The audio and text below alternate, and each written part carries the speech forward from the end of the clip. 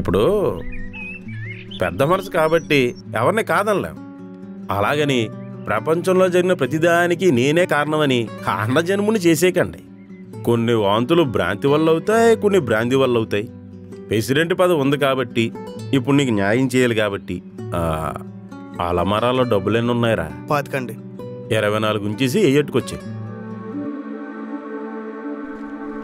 ఓటుకి నోటు పథకం ప్రకారం నీకు సెటిల్ చేసేసి నీలాంటి వాళ్ళని ఆదుకోవడం నాలాంటి మహానుభావుల లక్షణం అన్నమాట. అది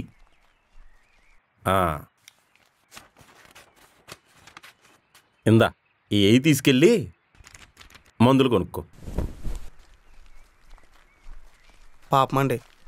నా అస్తవాసి చాలా మంచిదిరా. ఏ పురుగుల మందో కొనుక్కుంటుంది. మీలాంటి దరిద్రుని ఎక్కడా చూడలేదండి. నాలాంటి పుణ్యపురుషులు చాలా అరుదుగా ఉంటారు. మీరెంత ఎదవ కదండి. మీరు చచ్చిపోతే స్వర్గానికి వెళ్తారా, నరకానికి వెళ్తారండి? దారిలో బండేపి 2 పెగ్గులేసుకుంటాను రా. అవసరమా నీకు? యాంగ్జైటీ డిజార్డర్ నా కొడక. రూపలత ఏడ్చుకుంటూ వెళ్తుందంటే ఏవో సాధక బాధకాలు చెప్పుకుందామని వచ్చింది. నేనున్నానని అభయస్తం ఇచ్చాను. అదేమైనా చేసుకుంటే ఊరందరూ నీకు దూలాన్ని కట్టేసి బట్టలు మరీ కొడతాం. రాక్షసులను చంపడానికి కూడా ప్రతి యుగంలోనూ దేవుడు అవతారం ఎత్తుతాడు. అంటే నాలాంటి దుర్మార్గుడు అవకాశం ఇవ్వబట్టి దేవుడు కూడా కారణజన్ముడు అయ్యాడు. నిన్ను దింపడానికి దేవుడే దిగి రావాలంటే వెదురు బొంగులో నిన్ను కూరేసి బొంగులో కూర వండేస్తాను. అది మాట అంటే ఉప్పు కర్రలు కావాలంటే నేను పురమాయంత్రం. ఆడు బిర్యానీ ఉడతానంటలేదు, నన్ను వేసేస్తానంటున్నాడు. ఈసారి కొప్పేసుకుంటే ఊరిప్పుడు బాగుపడతా అని అందరూ చూస్తున్నారు. ఊరి సెంటర్లోనే విగ్రహ ప్రతిష్టగా నరబలు అడుగుతున్నారంట. నువ్వు అటు వెళ్ళొచ్చు కదా. ఏదో పేలాపంలో అవన్నీ ఎందుకులే రత్నబాబు. పండిన ధాన్యానికి గిట్టుబాటు ధర రావట్లేదు. ఆ సాగుగారు నోటికి వచ్చిన రేటు చెప్తున్నాడు. ఇలా అయితే ఎకరానికి 5,000 కూడా మిగలవు. ఆ ధాన్యం బస్తాలు తీసుకొచ్చి మన గుడంలో పడేయండి అంటే ఎవడైనా అన్నాడా? సర్లే ఓ మాట చెప్తానులే. పోయినాడది కూడా ఇదే మాట చెప్పావు. అంటే ఏంటి? ఈ అంతర్గొడ్డు రత్నబాబు ఒట్టి మాటల మనిషే కానీ చేతల మనిషి కాదంటావు. మీ అందరూ కలిపి ఓ రేటు కొంచెం చెప్పండి. సాగుకారు నేను ఒప్పింతాను. ఈసారి తేడా వస్తే ఎన్నుపో తిరిగిపోద్ది. నా ఎన్నుపోస్తో పని ఏంటి రేడికా? మంత్రదండంగా చేసుకుంటాడా? ఆడేం చేసుకుంటే మీకు ఎందుకండి? ముచ్చట పడుతుండగా ఇచ్చేయండి. సగం సగం అర్థం వద్దు నీకు. వెర్బల్ డయేరియా నా కొడక. మీ అమ్మ చచ్చిపోయిన తర్వాత 2వ పెళ్లి కూడా చేసుకోకుండా నేను గారాభంగా పెంచుతుంటే నువ్వేమో ఆ పోరంబోక వెనకాల చెట్టపట్టాలు వేసుకొని తిరగడానికి సిగ్గులేదు. 2వ పెళ్లి చేసుకోవడానికి కూడా తెగరెడీ అయ్యావంట కదా. కానీ పిట్టల దొరికి పిల్లనివ్వడానికి ఎవరు ముందుకు రాలేదంట. ఎవరా చెప్పిన అడ్డగాడిదా? నానమ్మ. అబ్బా, శుక్రవారం పూట మా అమ్మని తిట్టించావు కదే. బతికున్నన్నాళ్ళు ఆవిడ నిన్ను తిట్టింది కదా. ఆవిడ కదా పౌలక్షేపం. అయినా నువ్వు పెద్ద ఉద్యోగస్తుడు చేతిలో పెడదామంటే నువ్వేమో బోడి కౌలు రైతు వెంట పడతానంటావేంటే? గొడ్డులా కష్టపడితే తప్ప ఎకరాకి 10,000 కూడా మిగలవు. మీ నాన్న కూడా రైతే. పెద్ద పోటుగాళ్ళలాగా పొలాలన్నీ కోడి పందాల్లో తగిలేసావు. ఆ సమయానికి నా డాక్ కళ్ళు తిరిగి పడిపోయింది. కానీ లేకపోతే ఆ నెమల తాట తీసేది ప్రెసిడెంట్ గారి పల్ల పొలాలన్నీ మన సొంతం అయ్యేవి. జూదం వ్యసనం అయితే బలయ్యేది ఒక కుటుంబం నాన్న. నువ్వు నీతి సూత్రాలు బాగా చెప్తావు, కానీ అది కనిపించగానే ఎగురుకుంటూ వెళ్ళిపోతావు. ఏంటి ఇప్పుడా? మా నాన్న ఎంత నురగొస్తుందంటే షాంపూ వేసావా, సర్ఫ్ వేసావా? ఇది కొయిటా షాంపూ నాన్న. ఎక్కువసేపు నురగొస్తుంది. తొందరగా నీళ్లు పోయి ఎవరన్నా చూస్తే నన్ను పాము కాటేసింది, నురగలు కక్కేసుకుంటున్నాను అనుకుంటారు. ఏమైంది? బావు బుగ్గ గిల్లాడు. నువ్వు ఇప్పుడు ఎందుకు వచ్చావరా? రైతులందరూ ధాన్యం రేట్ల గురించి రైతు భరోసా కేంద్రం ద్వారా మీటింగ్ పెట్టుకుంటున్నాం. నువ్వు వస్తావేమని. హే వసే వసే వసే, బకెట్ తీసుకెళ్ళిపోతావేంటే? ఆడిప్పుడు వచ్చాడు. ఇందాక నొరగ బాగా వచ్చినప్పుడు వచ్చాడు. ఎంత చెప్పినా ఆడికే వత్తాసి పలుకుతావేంటి? ఎందుకు చేయకూడదు? మంచోడు కాదా? మనీ ఉన్నోడు కాదు, పైగా అవతారం చూసావా? చేతబడి చేసుకునేవాళ్ళగా. నాకు ఆ చేతబడి చేసుకునేవాడంటేనే ఇష్టం. ఏంటి ఇప్పుడు? నేను ఈ పెళ్లికి ఒప్పుకోను. ఒప్పుకోకపోతే నేను గోడకు పారిపోతా. నా పరువు మర్యాదల సంగతి.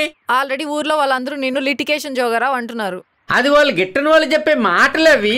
చూడు లిటికేషన్ జోగారావు, నీ లిటికేషన్ బుర్రతో నా పెళ్లి మాత్రం చేయకు.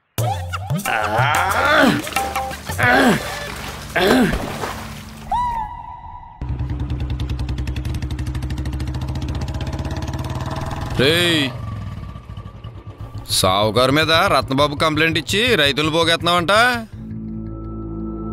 అట్లా ఏంటి? నిజమే. నువ్వు కూడా వస్తే నీ మర్యాద దక్కుద్ది. ఓరు బాబు మీ ఓపికలకి దన్నవరా బాబు. మా నాన్న అందేశారు ఎద్దులా కష్టపడి 2 ఎకరాల పొలంగా ఉన్నాడు. అవి మా తరానికి చేపల చెరువులుగా మారిని. మేమేమో బిల్డింగ్లు కడుతున్నాం, మీరు ఇంకా అడుక్కుంటున్నారు.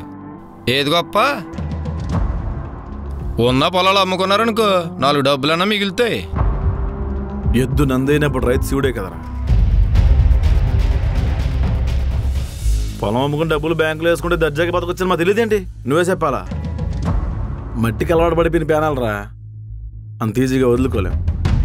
నువ్వెంత తలపైకి ఎత్తినా నీ చెయ్యి ఎప్పుడు కిందే, అది మర్చిపోకు. రోజులు ఎప్పుడు ఒకేలా ఉండవు నాకు బాబు. మా బతుకులు మారుతాయి కారా, నీలా తలపొగరు మాత్రం పెరగదరా. అది చూద్దాం. చూడు.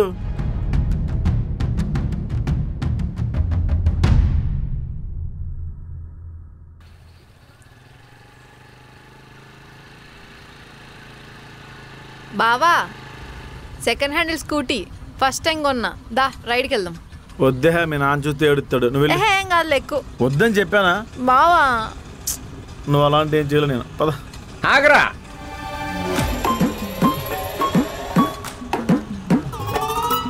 వచ్చాడు.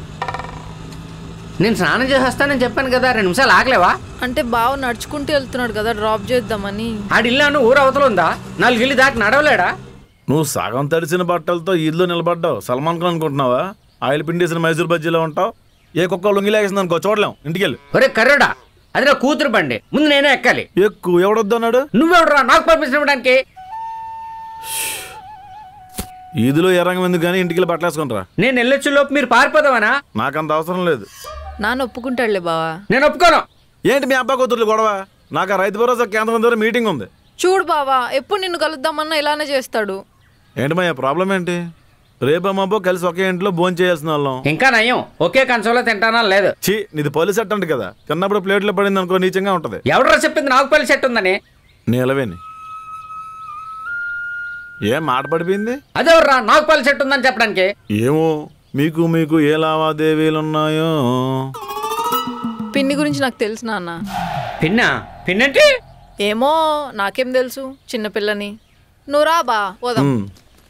ఏదో ఒకరోజు ఆ రత్నబాబు గారు నువ్వు నీలవేణి కోసం రత్తాలు చిందించాల్సి ఉంటది. జాగ్రత్తగా ఉండు. పదవే లావగల్.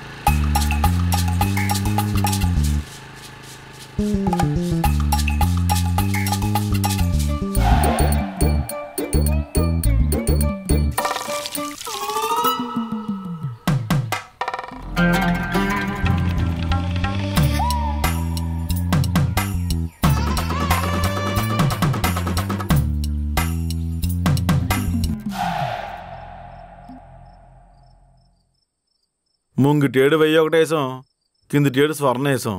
ఈ సంవత్సరం సోనా మసూరి వేస్తాం. గవర్నమెంట్ అయితే రేటు బాగానే వేస్తుంది.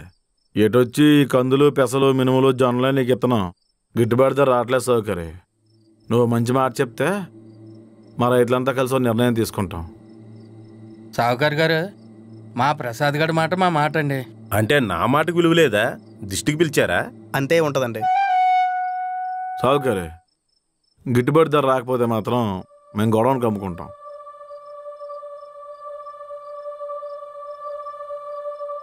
అలా మెడ చుట్టూ అశోక టాల్కం పౌడర్ కొట్టుకొని దిక్కులు సొత్తాయంటే మాట్లాడేదో ఒకటి. ప్రతి ఒక్కడూ నా సోకుల మీద పడేటి శివుడే. ఇప్పుడు గొడవనికైనా గవర్నమెంట్కైనా మన షావుకారికైనా నచ్చిన రేటు కమ్ముకునే వెసులుబాటు రైతుకుంది. కానీ రైతుకు రేటు నిర్ణయించే హక్కు మాత్రం లేదు. ఇప్పుడు రైతు కష్టపడినంత మాత్రం పంట పండిపోదు కదా. దానికి ఎరువులని, నీరని, క్రమశిక్షణని, వాతావరణం అన్నీ అనుకూలించాలి. ఇక విషయం నా వరకు వస్తే, మీ వరకు చాలాసేపు అయిందండి. మీరే సాగదీస్తున్నారు దాన్ని. ఏం చెప్పాలో తెలిస్తే మాట్లాడతాం, తెలియనప్పుడే కదా సాగదీస్తాం. అది కూడా అర్థం కాదు వీడికి. దేశ భాషలందు తెలుగు లెస్స అని ఎందుకన్నారు? నాలాంటి పెద్దలో గుక్క తిప్పుకోకుండా మాట్లాడే వాగ్దాటి బట్టి ఏమంటారు పంతులు గారు? ఓం నమ శివాయ. అది ఫైనల్గా ఏమంటారండి? మీటింగ్కి పెద్ద యాదవని పిలొద్దని చెప్పానా? ఈ సొలు మాటలేవో ప్రచారాల్లో చెప్పుకోమను. మిమ్మల్నేనండి. ఇంటింటికి వెళ్ళి పాంప్లెట్లు పంచరా, కొత్త వైరస్ నా కొడక. మీ ఇష్టమండి. మీరు గోడానికి అమ్ముకున్నా నేను ఇచ్చిన రేటే ఇస్తాడు. తిరిగి మళ్ళీ నా దగ్గరకు వస్తారు. నిజంగా ఆ రోజు వస్తే మా రత్నబాబు గారు లుంగి ఇప్పించుకుని ఊరు మొత్తం తిరుగుతారు. ఈడు నా సెంటు మీద పడతాడు, ఆడు నా పౌడర్ మీద పడతాడు, నువ్వు నా లింగి మీద పడరా. తీరు తెన్నువు లేనేదో. చూడండి, సావుకారు మనవడే. కొంచెం ఆలోచించి నిర్ణయం తీసుకోండి. ఒక పద్ధతైన పెద్ద మనిషిగా ఇది నా తీర్పు. నీ తీర్పు ఎవడకు కావాలి బోడి? సావుకారి, ఒకవేళ గొడవలో గిట్టుబాటు ధర రాకపోతే అప్పుడు ఫోన్ చేస్తానండి మీకు. ఇంకా మీరు నిర్ణయాలు తీసేసుకుంటే అంతర్గుడ్డు రత్నబాబు ఎందుకు, బొమ్మిశెట్టి నాగబాబు ఎందుకు? అతనేమన్నా పనిలేనోడా, పనికిమాలోడే? మాట వరుసకి. ఈ మీటింగ్ కోసం నా పరువు గురించి మాట్లాడు. వర్షం ఎక్కువైనా తక్కువైనా వరి పండదు, వరి సొత్తు చెరువులో సేప బతకదు. జీవన విధానాలు వేరైనా బతికేది భూమిని నమ్ముకొనే, భూమి మీదే. ఊర్లో నలుగురు మాటామంతి అనుకున్నప్పుడు మధ్యలో కూర్చుంటే తప్పేంట్రా? బొత్తిగా మీ మాటకి పెద్దరికానికి విలువ లేకుండా పోయిందండి. పక్కనున్న వాళ్ళు బట్టే మనకి విలువ ఉంటుందిరా. పిల్లిని శంకలో పెట్టుకుని ఊరంతా అదృష్టం కోసం వెతుక్కున్నట్టుంది. Negative energy. సత్యవతి ఏంట్రా తెల్లారి నుంచి ఫోన్ చేయలేదు? పొద్దున్నే వాంతులయ్యని హాస్పిటల్కి వెళ్ళిందండి. ఇంకోసారి సత్యవతి నా గురించి అడిగితే అంటురోగం వచ్చి మంచం ఎక్కానని చెప్పాయి. మీరు చేసే పాపాలకి ఎక్కువ కాలం బతకరండి. పాపి సెరాయువురా. అబ్బా, నిండు పౌర్ణమి. ఏండి రత్నబాబు గారు, చచ్చిపోయిన వాళ్ళందరూ నక్షత్రాలే కనిపిస్తున్నట్టు కదండి. మా తాత ఎక్కడున్నా స్టారేరా. అయితే మా తాత కూడా ఉల్క ఎప్పుడో రాలిపోయి ఉంటాడు.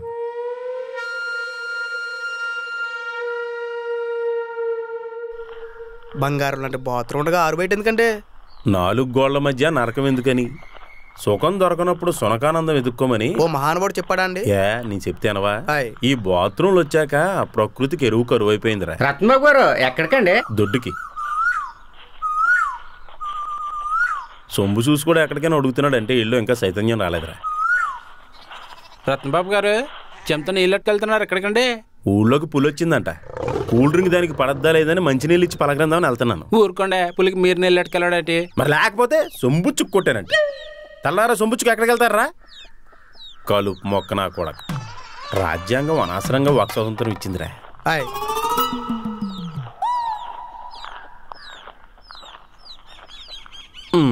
నేను ఇక్కడ సొంబెట్టా సెట్ సాటుకి వెళ్తాను. ఆడంగులు వస్తే పాట పాడు. Mass beta మెలోడండి. ఇందోళం నుంచి ఆందోళన చేయరా. అపశృతి నా కొడక.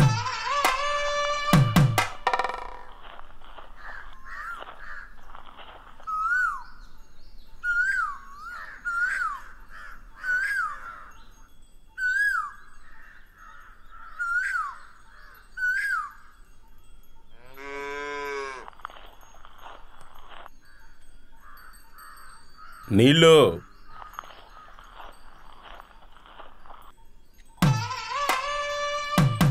నీళ్లు సగం ఉన్నాయంట్రా. నేను కొంచెం వాడుకున్నానండి. తినేసిన సగం కుక్కకేసినట్టు సగం సెలకరించావా? ఇప్పుడు నేను ఆకు మంత్రం వేసుకోవాలా?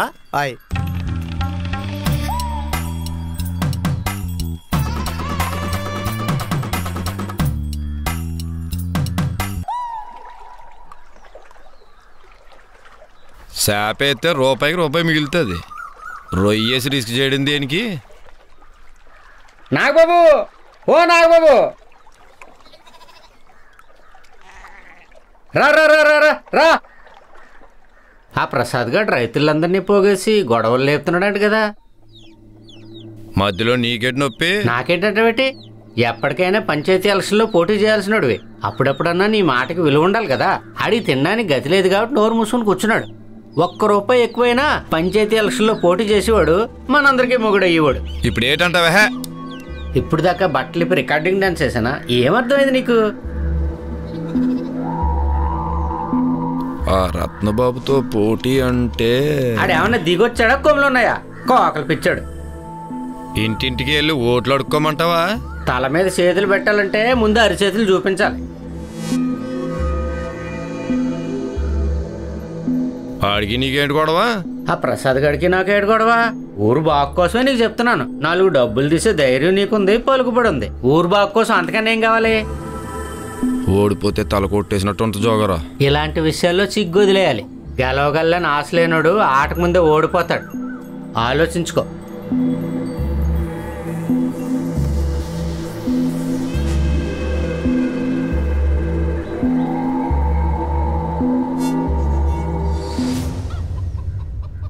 హైదరాబాద్ వెళ్ళిపోయి పనెత్తుక్కుందాన్రా. డబ్బులు కనపడతాయి. పొలాన్ని నమ్ముకొని ఎన్ని రోజులుంటాం? పరిగెత్తి పాలు తాగడం కన్నా నిలబడి నీళ్ళు తాగడం మంచిదే. ఆ నీళ్ళు తాగే బతుకుతున్నాం. సంపాదించిన దాంట్లో సగం తోటలో పేకాట్లకే సరిపోతుంది. నీకు బొత్తిగా క్రీడాస్ఫూర్తి లేదు. ఛీ నోర్మి. ఆ నాగబాబుతో నీకు గొడవేంట్రా? గట్టిగా అరిసాం.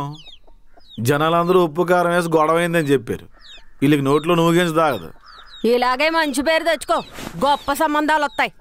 దేవరపల్లి ప్రసాద్ అంటే చుట్టుపక్కల ఊర్లో తెలియనోడు లేడమ్మా. పేరు గొప్ప ఊరు దెబ్బ. ఎక్కడ చూడు ప్రసాద్ అలా చేశాడు ఇలా చేశాడు. తప్పే ఉంది. ఖాళీగా ఉన్న వాళ్ళకి కంటెంట్ అయ్యాం. అమలాపురం నుంచి నీకో సంబంధం వచ్చింది. ఉందా? వెళ్ళిపోయిందా? పంతులు గారు మంచి సంబంధం అని చెప్పి తీసుకొచ్చారు. నీ గురించి తెలిసి వెనక్కి వెళ్ళిపోయారు. అంతేలే, దరిద్రం కొట్టిన దెబ్బలకి అదృష్టం అరుచుకుంటూ వెళ్ళిపోయిందంట. పిల్ల బాగుంటుందా? మహా అందగత్తంట. చేసుకోబా. మనకేం రాసి పెట్టుందో. గంతకు తగ్గ బొంత దొరకకుండా పోద్దా ఏంటి? అయితే ఎవరో ఎందుకు, నిన్నే చేసుకుంటాలే.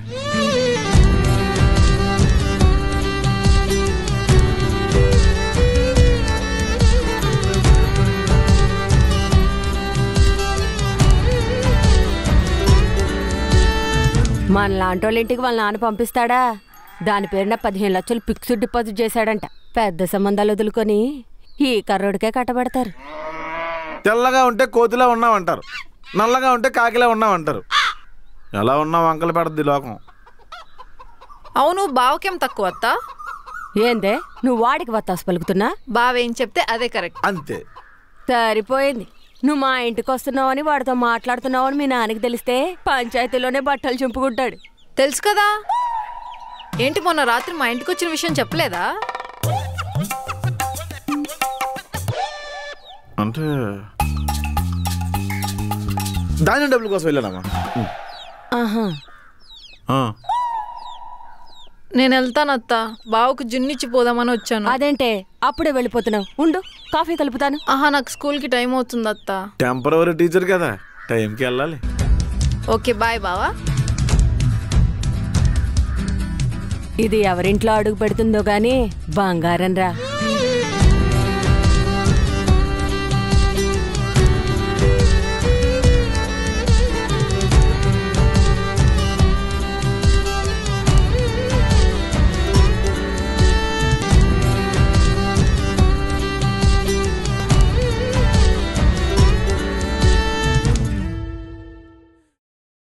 ఎలా ఉన్నారు అందరూ?